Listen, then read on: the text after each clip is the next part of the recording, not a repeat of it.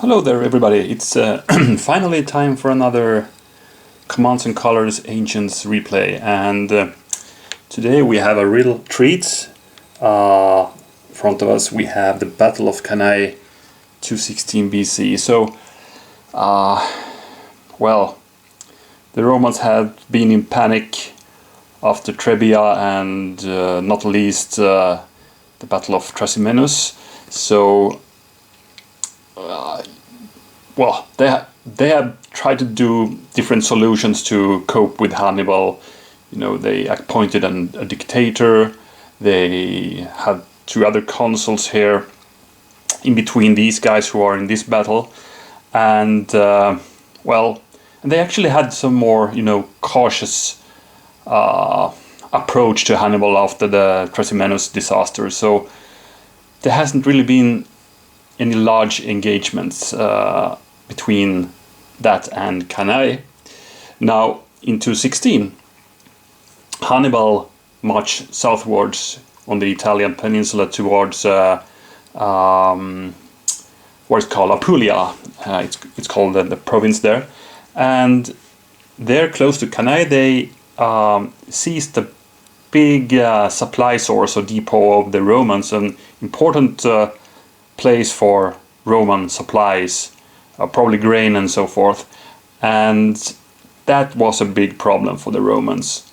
Well, at least some time has gone by here, so the Romans were able to draft new legions and allies, so they had to do something against the threat against Hannibal now. They had wanted to avoid these pitched battles, but now they more or less needed to do it. They need to face and try to, well, hopefully scare Hannibal away, but they knew that wasn't an easy task to do, right? So, but for this cause, the Romans did draft a huge army. In the note here it says 80,000 strong, and that's could be true. I know some scholars say this is an too big of a number, but according to, I think, both Polybius and Livy, the normal army for a consul was 2 legions and their ally. So a 2-consul army would be 4 legions, right? Plus the allies. But for this one, they doubled it up. So they drafted 8 legions, and together with their allies, it was a huge army. Also, they drafted some more cavalry as well, and not only that, actually, because one of the legions, I think it's about 4,000 men before this, but in this case, it said they boosted each legion as well up to 5,000 men. So a huge army. So maybe this is somewhere in the somewhere in the truth, near the truth, the 80,000 strong army, and so with this huge army, they marched towards Cannae, where Hannibal had his big camp. During the march, Hannibal did some harassment and ambushes, and all the time harassed the Romans during the march when they came close by to Cannae. And probably they were a bit wary from the beginning due to that. But anyway, they built a camp pretty close to where Hannibal had his camp. It was actually beside a river called Aufidus. Now, I think, as the story goes, Hannibal did actually propose a battle, but the Romans did reject that, because this is also true that when you have both consuls commanding this big army, or if they put their legions together in one army, it was customary for them to have the command each other day. So first the first consul had control of the army. The next day, the second consul, then the first one again, the third day, and so forth. So they mixed or altered command for each new day.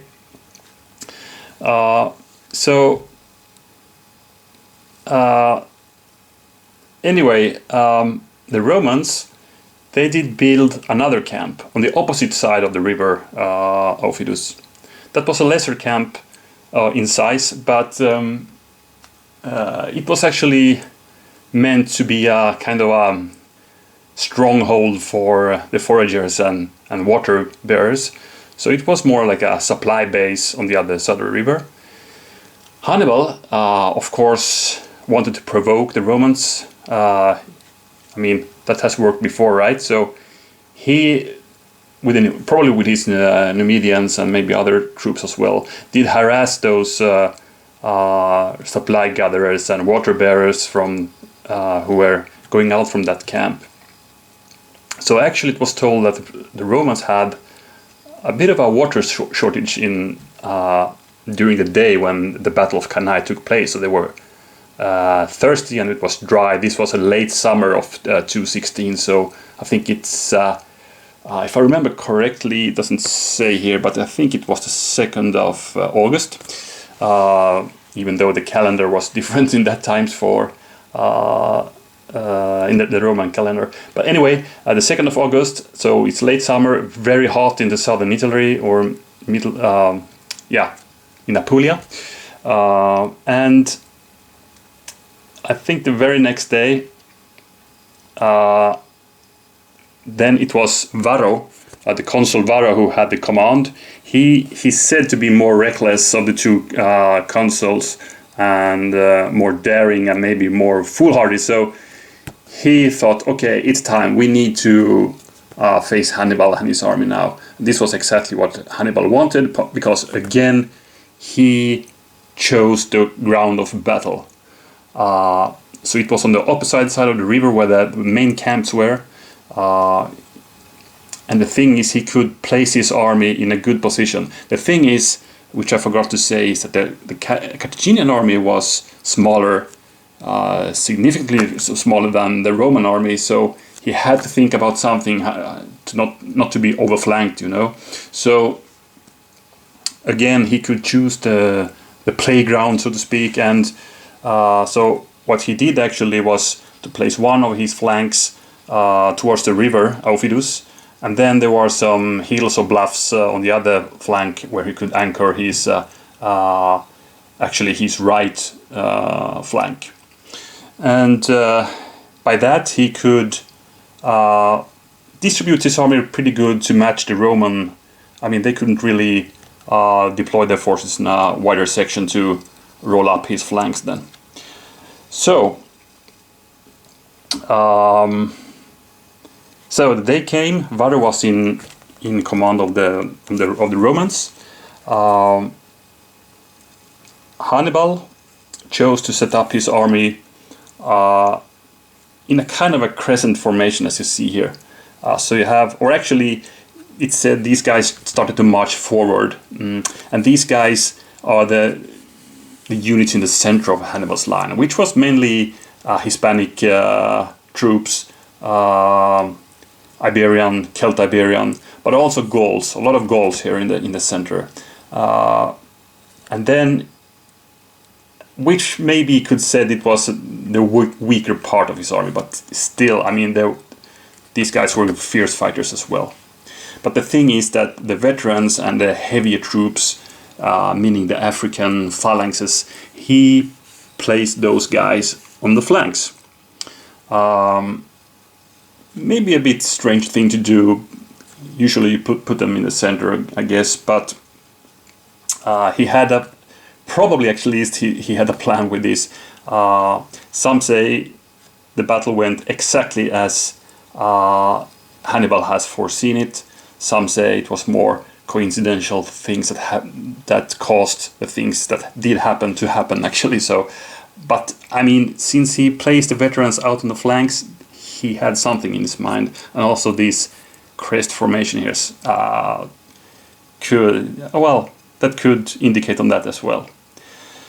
Then he placed his Numidians led by Maharbal over on the right-hand flank, and on his left he had the Spanish and Gaul cavalry, the more heavier cavalry over there, led by Hasdrubal, by the way.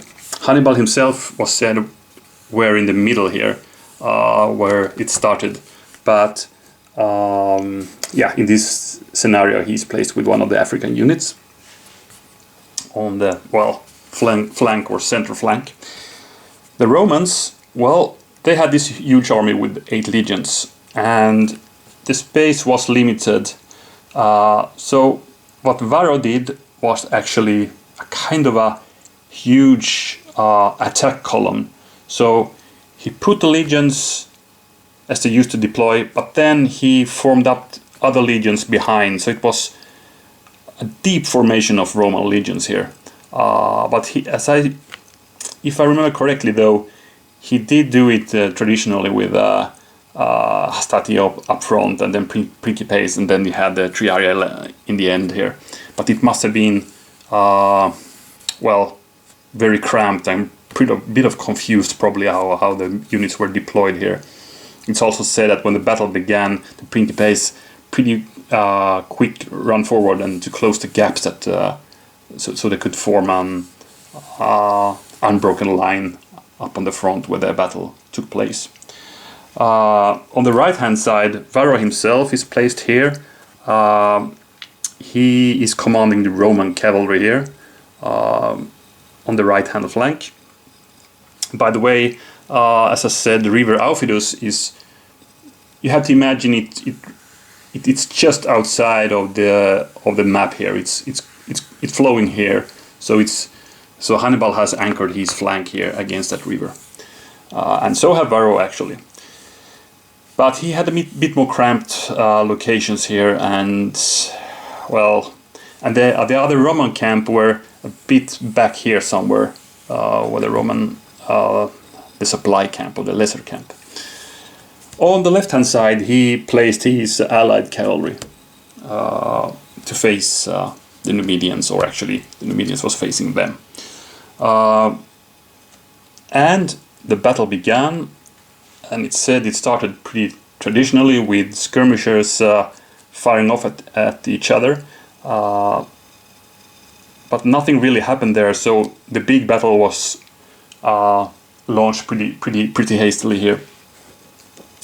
So Hasdrubal took his cavalry first of all and attacked the Roman cavalry. At the same time, the cavalry on the Roman left also met, but since these guys are more lighter type of cavalry, they couldn't really cope with with hand-to-hand combat with Roman allied cavalry. So it was more of a even fight here. But here it was not that even. It is also said that some of because the cramped space here where the cavalry battle took place, it's said that some of the cavalrymen actually dismounted and fought on foot. I don't really know if that's true, but I read that somewhere. Anyway, Hasdrubal's cavalry managed to pretty soon smash the Romans, who had started to flee. They fled off the field. At the same time, the Romans were marching forward the infantry. So when the battle of the cavalry was over here, you had to imagine that the lines have marched forward. And it said also that it was in this moment when the Gauls and Iberian infantry started to march forward as well, building this crest-like formation. But instead of pursuing the Roman cavalry, Hasdrubal managed to, hold back the Hispanic and Gaul horse and rode behind the lines and came up here on the rear of the Roman allied cavalry, who were fighting pretty good against the Numidians. But when they saw that here comes a cavalry charge from the rear, they broke and fled out of the picture here. And I don't even think that Hasdrubal came in contact with those guys. They fled before that could happen. So what happened then was that Maharbal took his Numidian horse, pursued the Roman allies, so they wouldn't come back to the fighting. So left was Hasdrubal with his cavalry here,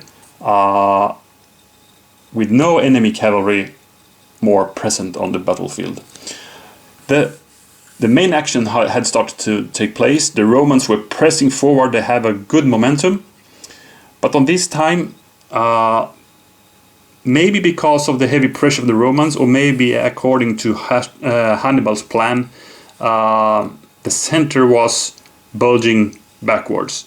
So you can imagine that the crescent that we see here was inverted. So the bulge was like this, and here we see the Roman attack column just coming in and pressing forward. They wanted to break the center here, and as they saw that the enemy was retreating, they got more speed of that, right? The morale was pretty good. They knew that, okay, soon they will break and we will win the infantry battle here, and that will mean we will win the whole battle. But Hannibal had other things in mind, so he kept his African reserves in place. They didn't help out in the center. That would probably we would do in another battle, pour in reserves to the center to hold so the line doesn't break. Anyway, this wasn't happening, so the crescent growing bigger and bigger, more and more Romans coming in. They're losing cohesion, they're losing their formations here, and a pretty confused battle took place. We also know that Hannibal had placed his army so that he had the wind in the backs, meaning the Romans had it in their eyes. And it was a pretty dry and dusty late summer day here. So they have, imagine these, I don't know, at least 150,000 men or something like that, marching and fighting here. I mean, imagine the dust clouds that must have risen here, and all that drove into the eyes of the Romans. So they didn't really. It was difficult to have a grip of the whole situation here. Anyway, when the Romans were pretty far into the Carthaginian lines, Hannibal gave the order for the African infantry to turn inwards on both flanks and start attacking the flanks of the Romans. And that was bad because they were really, really confused by that. They have lost their, orientation and all that. It must have been so confusing. And that was not all. Hasdrubal's cavalry could then form up in the rear of the Romans and attack the back lines of the Romans, which just added to the confusion. So pretty much the Romans were boxed in here now. I think also the Numidians started to come back and also, could harass and do some feint charges and just, keep the Romans in a big confused lump here in the center. And, the African infantry they hadn't fought yet, so they were in good shape, and they started to massacre the Romans. So the Romans started to fall in the thousands. I somewhere read about, they have done a lot of calculations of these, right? And I think it was, there were hundreds of Romans dying each minute. So it must have been a slaughter.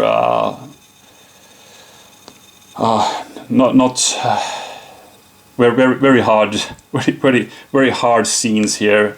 I'm sure of that. So the Romans, they were panicked. They didn't know where to face. Enemy was everywhere. Some trying to flee, but were hacked down by the cavalry, and that was pretty much the end of it. In the big confusion, I don't have the numbers here now, but it was an incredible loss for the Romans in human lives here. So that pretty much ended the battle of Cannae. There wasn't much hope for the Romans. I think there were some, I'm not sure, but maybe some 15,000 Romans or 14,000 or something like that got away. I think most of those were guys placed in the camps as camp guards who got away.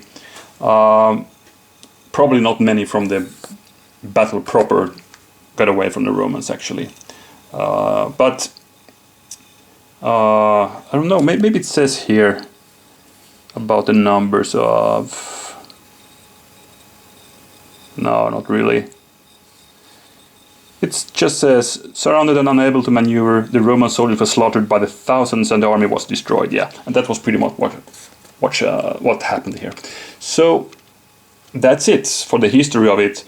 And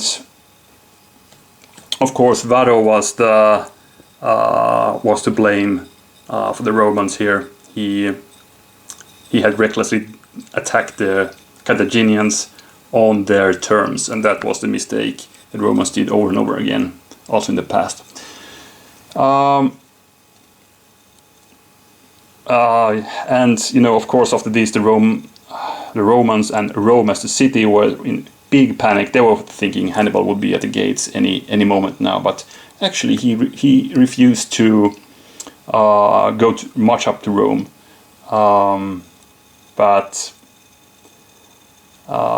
Well, it has been discussed, should we have done it or not, but I think maybe he did actually the right choice, because what he thought was that, okay, he marched up there, his army was tired and worn out of this battle.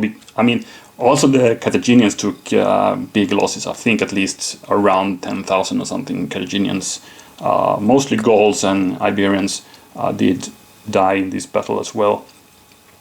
So if Hannibal, who also lacked the siege engines or siege equipment, would have marched to Rome, which was a big walled city at this time anyway.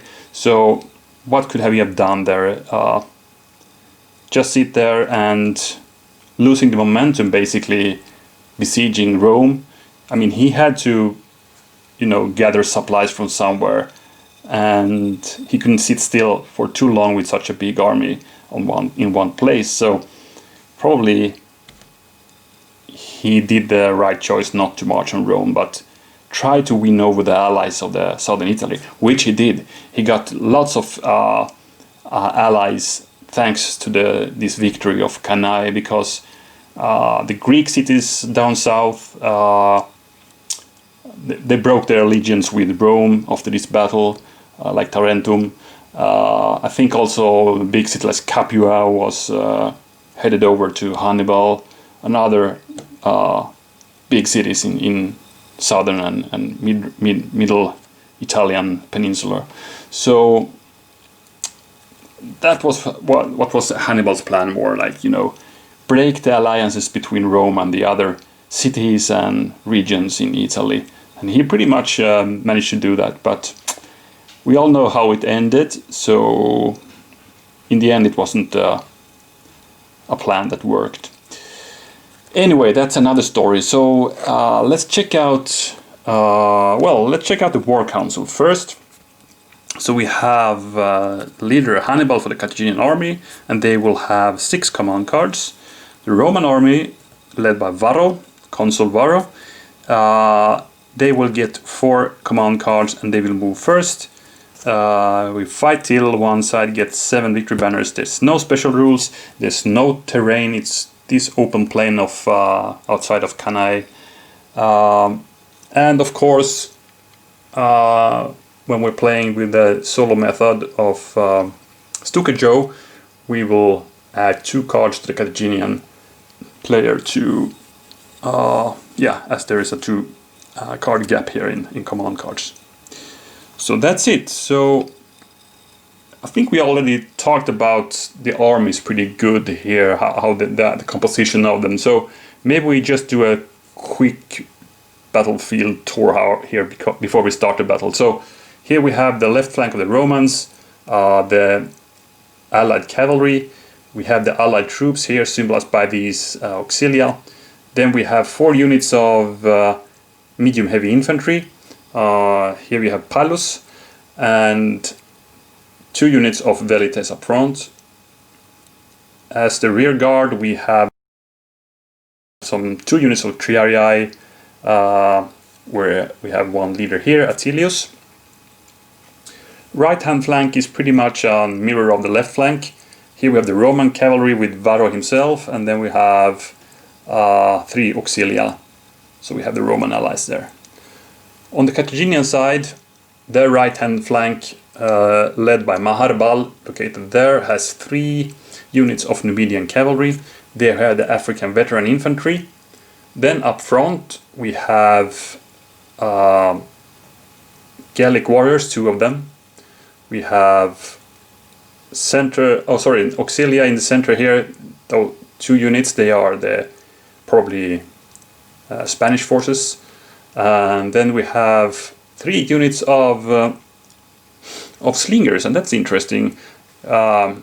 He had a good bunch of Balearic slingers in this battle, so that symbolizes their strength, I guess. Then Carthaginian left flank, we have more of the African infantry. Remember, those are the guys who later in the battle turned inwards to sack in those Roman troops in the center here. Then over on the far left of the Carthaginian line we have a medium heavy infantry and cavalry and a heavy cavalry led by Hasdrubal over there. So that's it. And for battle plans, well, you know, for cavalry, I think I'm gonna sit tight with the Romans. We're probably gonna be attacked and harassed by the Carthaginian cavalry. So, but we're gonna sit tight here and make sure we have some support from the auxilia here if we need to fight off the enemy cavalry. Otherwise, I think the infantry force in the center is pretty strong. So we're gonna mimic history by that, and if we get the cards for it, we march forward with those guys and engage the center line. We probably could get a few victory banners by that. And then just let's see how it goes. For the Carthaginians, well, I will try to move forward the cavalry to harass, especially the Numidians, to throw some javelins against the Romans here. I'm probably gonna move up the slingers, trying to harass the Romans, provoke them to move forward, or they will lose the skirmish battle. So we're gonna force them forward, and then we're gonna place our heavy infantry ready to battle back any Roman attacks when they reach our lines. I think something like that is basically what we're gonna do. So yeah, let's start the game. Okay, so the Romans will go first, so we're gonna see what they have in slot A and B. We have a medium troops and a clash of shields. Okay, then we're gonna roll. And that's a C, D, or E, so we're gonna see all the Roman cards from the beginning. We have 2 in the center, okay. Inspired central leadership, and the first strike. And that's something we're gonna put here and just put another card there. So pretty good opening hand for the Romans here. 2 in the center, so a lot of units to order in the center, and also we have a lot of these legionary troops here, the medium heavy infantry. So also this card is a good one for the center actually. So I think, and together with the first strike and clash of shields, I mean, we can reach the enemy lines here. We can be pretty good. So let's see. And the problem is we only have 2 units center with those 2 cards. The inspired leader is the leader plus 4 units, and that's pretty good actually. I think we're gonna start with the inspired leader then to move forward our guys pretty quickly, because we're gonna want to get up there before the Carthaginians has the time to react. So one of these leaders we're gonna order, and plus 4 units. This time, something that pretty often happen, I have seen in these playthroughs, is that the heavy, the triarii often, who are placed behind the lines, they pretty often, you know, doesn't cope with the rest of the army when they start marching forward. They are left behind, and that's pretty bad because they are the heavy hitters. So we should get those guys into line. So I'm gonna do something. Let's do like this. This is the leader unit. This is the first, second, third, and fourth. We're gonna move up our legionaries here. Well, these guys doesn't have anywhere. Or maybe we're gonna leave those guys, but we have to take those as well. Well, this is a problem. This is a problem. What if we instead ordered this guy first? 1, 2, 3. Or 1, 2, 3, and 4. Problem is we only have 1 free hex there. Oh gosh.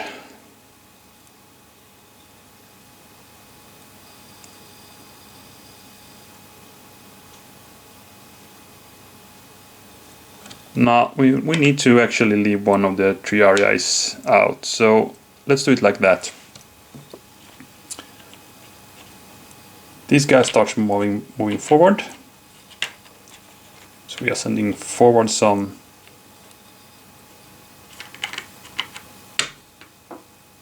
Oh, I don't know, this got a bit confusing, but I need to do a sidestep with one of the units in order to move only one forward and then get the triarii up. The good thing with this is that we have linked these guys. If we get a good card, we could move these as well. So a bit of a crazy move from the beginning here, I'm aware of that, but I want to get my heavier guys with us up to the front now, before we hit those guys. So it's a kind of a mixed line with Hastati and Velites here, but well, we're gonna see how it unfolds. I mean, well, it's getting a bit confusing already, as in history, in the Roman ranks before they hit the Carthaginians. Anyway, it's the Carthaginians' turn then, and we're gonna check what they have. 3 units center, 3 right, that would be the Numidians, and another 3 in the center. Well, let's see what they can play. A or B. So I wonder if I should start with the harassment with the Numidians right away. I think I will. So 3 units over here, and let's bring those Numidians up to the action. And let's see who we're gonna harass. 1, 2, 3, and 4. 1, 2, 3. 1, 2, 3, 4. Okay, these guys cannot really hit anything. Well, that's okay. 1, 2, 3, 4. We do it like this. So we start here. We're gonna throw our javelins against that medium heavy cavalry. We miss them, and Maharbal will do the same. Another miss. Too bad. Anyway, the harassment and the you know, you're starting provoking the Romans. Okay, the rally there. Then we have the Romans. A or B, medium troops or Clash of Shields. Well, Clash of Shields we're don't gonna play, obviously, so it needs to be the medium troops. And I guess we need to just scare off some of those Numidians. And then we have, how many more? We have 4 command cards as the Romans, so we can order 3 more mediums. So let's continue with our... Again, these guys are going to be left behind if those guys march up. Should we move that cavalry? We have some medium cavalry over here, but they can't really reach anything. But we could put us in a...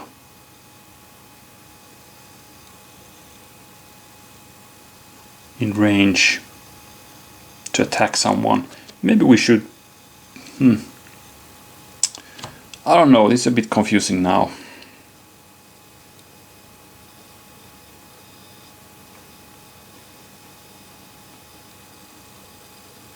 Well, let's do it anyway. I don't really have any good plan with this, but let's go over there. No, then the slingers can hit me. Let's put ourselves here. We can reach their main line with an attack if we get a good card for that. These guys will continue to march forward. I know we are marching into the slinger range of the enemy.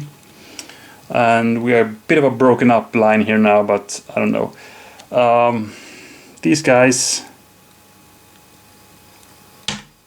go one forward and attack Maharbal. They will try to evade, but we're going to roll our 3 dice and see if we get any green ones. Ooh, good hit there. 2 of the Numidians went down actually. And now we're going to check the fate of Maharbal.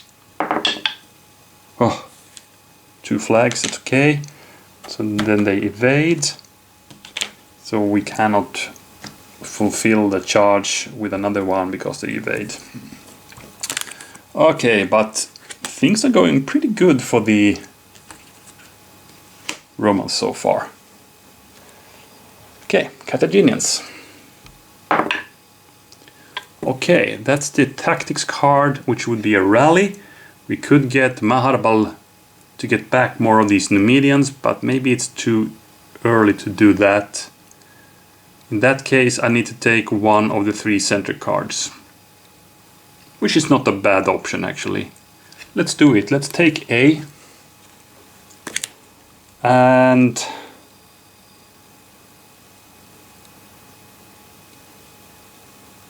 well, the bad thing is that we can be hit again by the Roman cavalry for Maharbal. We're gonna take our chances with that. But what I want to do now is take those guys. Should we do a crazy charge with the Gauls over here perhaps? That will cost us dearly with those Gauls, but they could hit pretty hard here.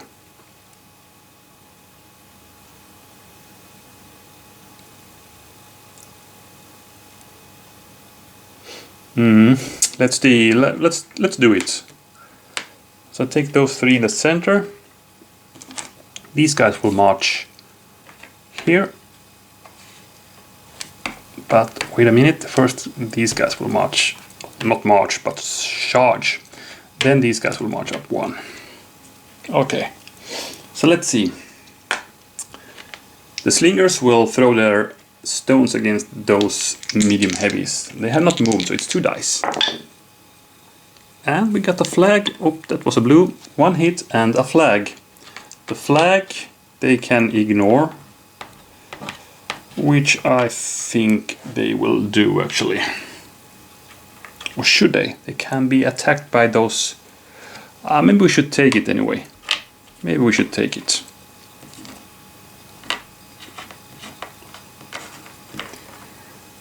And...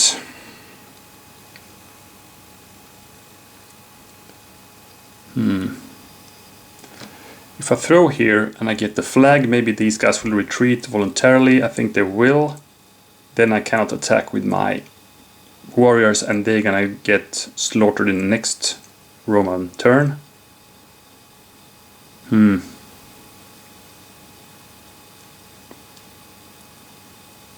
don't know. Maybe I should attack with the Gauls first. I don't want to take the risk that these guys don't have any targets. So I'm gonna go with the Gauls first. And since they are full strength, they will get 4 dice. But we have the first strike. I just noticed. We had the first strike, so we're gonna see if the Romans are gonna play it. So if they play anything that causes any effect on those Gauls, we're gonna play it. But we rolled a green, so the Romans will not play the first strike. So here comes the charge of the valiant Gauls. So we don't have any leader with us, so that's only one hit actually. Only one hit.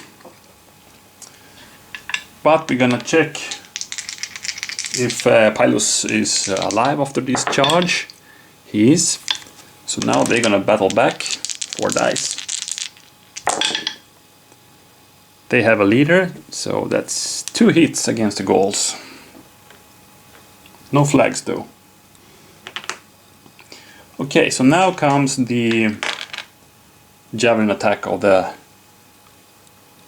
Spanish allies there. Oops, let's do it again. I have dice in the tray. That's a flag. Do I want to ignore it? Yes, I want to ignore it because I hopefully can play another 3 in the center. Then we can do some juicy attacks here. So maybe that wasn't the most impressive thing to do with the Carthaginians at this point of time, but well, that's how it goes. So the Romans still holds on to their first strike card here, and now it's Romans. And we got C or lowest order count. So it would be anyway 2 in the center, which suits me good. So I'm gonna take C, play that, and 2 units. It's gonna be those guys, and it's gonna be those guys. These guys march up here. These guys march up here, which was kind of bad. I wanted a leader support there, but I also want to attack the auxilia who dared to go there. So let's start down here then. It's 4 dice against those Gauls. And as I said, we should have been adjacent to that leader, then we have eliminated those, but we missed them completely. So they will now battle back with 3 dice. And they got 1 hit and gained also a flag. So these Romans need to back off once more. Okay, but since the situation well, this didn't go so good as expected, so we actually need to attack the Gaul warriors again with the other legionaries there. Let's see. 4 dice. 2 hits. 2 hits. That's what we wanted. So these guys go down, and we have the first Roman victory banner. Let's place them over there. First victory banner over there. Now I can momentum advance. I have a leader with me, so I can attack again. 4 dice against that auxilia. Let's see. 1 hit, 2 hits, and a flag. Pretty good roll. And auxilia retreats 1 hex. We could go in once more, but then we would be in strike range of those dreaded heavy infantry there, African infantry, so we won't. Even though we could bluff them with our first strike, but it's a bit unreliable, you know. We don't know when we can play this, so let's leave it. Well, pretty good Roman turn there. Pretty good.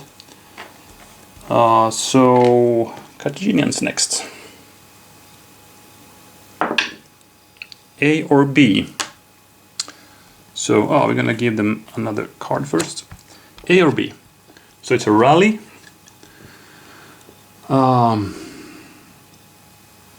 Okay, so I need to be adjacent to a leader to rally. So those guys couldn't rally.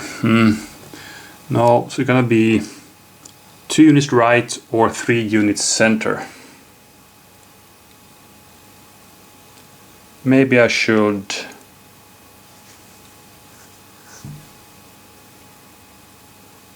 two units right or 3 center.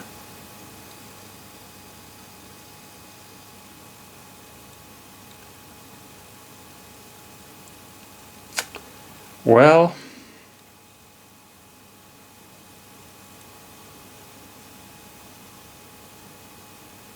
crazy, bit crazy.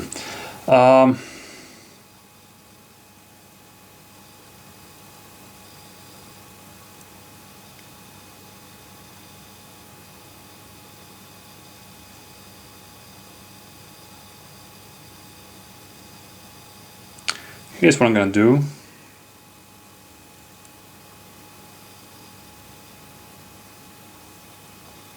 I'm gonna play it a bit bold here. No, I don't know. Is this crazy? I was thinking of charging these guys actually with my Numidians. I could place myself here with one, throw javelins with one. I mean, if I would get only one flag, then I would eliminate those guys because they cannot retreat.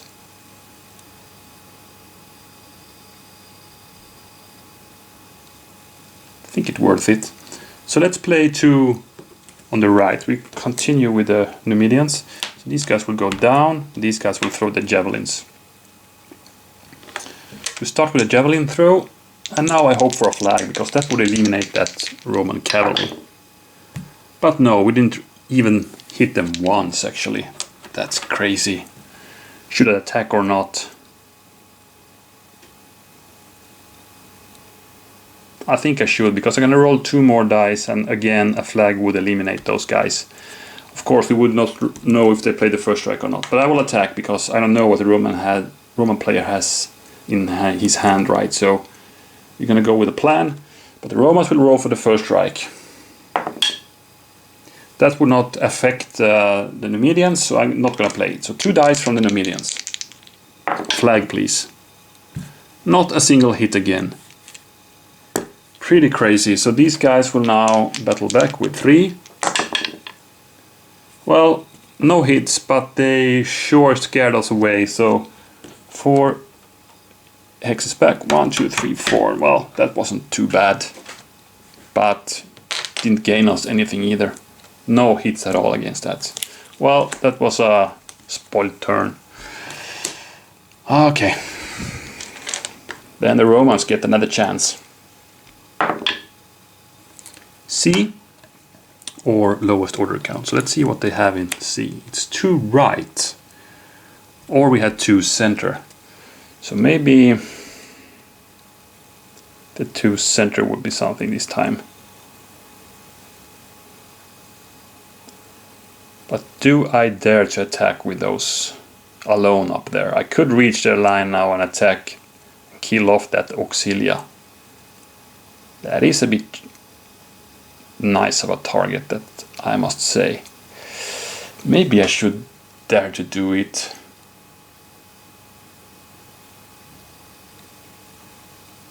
Yeah, I'm gonna do it. So I'm gonna play 2 in the center with those guys, and I will now also get up some velites into the action. So these guys go there, these guys rush 2, and now comes the attack. It's 4 dice. I would need 2 hits. I know this is a crazy charge by that lone unit, but I hit them with enough hits to eliminate those, so we get another victory banner. So I will go in, attack those guys who will evade or try to evade. So let's see if we get any green. Not a single one, so those guys got away. And I will... No, I cannot momentum advance anymore, I guess, because they evaded. So we are in a bad place here, I know, but we have the first strike. These guys will throw 1 die attack against that auxiliary there. And they were lucky. 1 hit on those guys as well. So, well, I would say that the Romans do too bad here. I know they are in a bad position up there and all that, but still, pretty good. And we have this first strike, and we have this Clash of Shields, so they have some good cards if something would happen. Carthaginians, A or B? Let's see the hidden card on A here. It's a counterattack, which would be 2 units center, or they could play 3 units center or the rally. I'm not too keen on playing the rally, so I'm gonna go with the 3 center now. We're gonna smash that guy. So let's see. We can't. No, we cannot really do that. I was hoping to get some heavies in, but this is center section. So I guess we're just gonna need to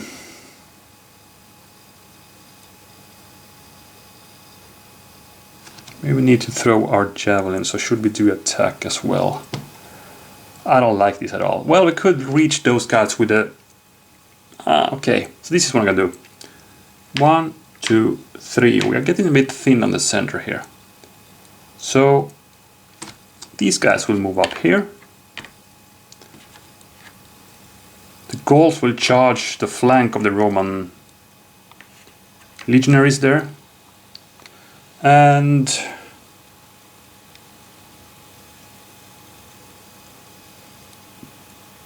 let's see.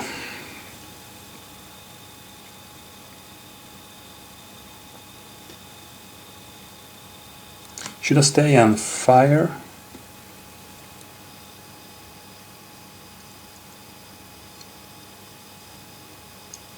Nah, I will move with these guys. I'll move them up to the line again. So let's start with the Auxilia. They will attack. The Velites will evade. So roll the 3 dice and got 1 of the Velite blocks. The rest will evade.